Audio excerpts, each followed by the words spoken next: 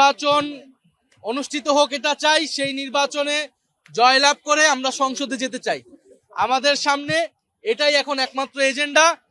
সরকারের জায়গা থেকে নির্বাচন কমিশন নিরপেক্ষ আচরণ করছে না, এটা আমরা বিভিন্ন সময় বলে আসছি। তারা একটি বিশেষ দলকে বিশেষ ধরনের সুবিধা দিচ্ছে। এই যে গত কয়েকদিন নির্বাচনী প্রচারণার নিয়ম না থাকলেও তারা নির্বাচনী প্রচারণা করেছে, অন্যদিকে গণভোটের পক্ষে প্রচারণা করতে যেয়ে আমাদেরকে নির্বাচন কমিশন শোকজ নোটিশ দিয়েছে। ফলে আমরা এটা বারবার বলেছি যে নিরপেক্ষতা থাকতে হলে নিরপেক্ষ আচরণ করতে হবে, কিন্তু আমরা চাই যে কোনো মূল্যে সামনের দিকে এগিয়ে যেতে। জাতীয় নাগরিক পার্টি এনসিপি সংস্কারের পক্ষে যেরকম দৃঢ় অবস্থান ছিল, বিচারের পক্ষে যেরকম দৃঢ় অবস্থান ছিল, একইভাবে নির্বাচন এবং গণভোটের পক্ষে তারা দৃঢ় অবস্থান আছে। যে কোনো মূল্যে আমরা সুষ্ঠু নির্বাচন 12ই ফেব্রুয়ারি যাতে নিশ্চিত হয়, সেজন্য যা যা করা প্রয়োজন তা আমরা করব।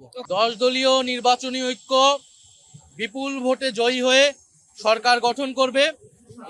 আমরা এটাই প্রত্যাশা করি। বাংলাদেশের সাধারণ মানুষ আমাদের সাথে আছেন এবং জুলাইয়ের আকাঙ্ক্ষাকে ধারণ করে সংস্কারের অগ্রযাত্রাকে নিয়ে যেতে হলে 10 দলীয় ঐক্য জোটের জয় লাভের কোনো বিকল্প নাই। জাতীয় নাগরিক পার্টি এনসিপি আমরা আজকে এইখানে 3 নেতার মাজারে কবর জিয়ারতের মাধ্যমে আমরা আমাদের নির্বাচনী পদযাত্রা ঘোষণা করলাম।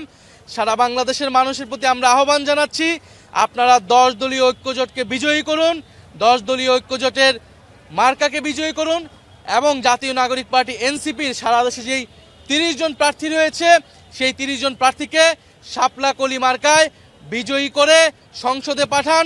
সংসদে জাতীয় নাগরিক পার্টি এবং এনসিপি এবং 10 দলীয় ঐক্যজোট আপনার সাধারণ মানুষের কথা বলবে, গণ অভ্যুত্থানের কথা বলে, সংস্কারের কথা বলবে, সার্বভৌমত্বের কথা বলবে।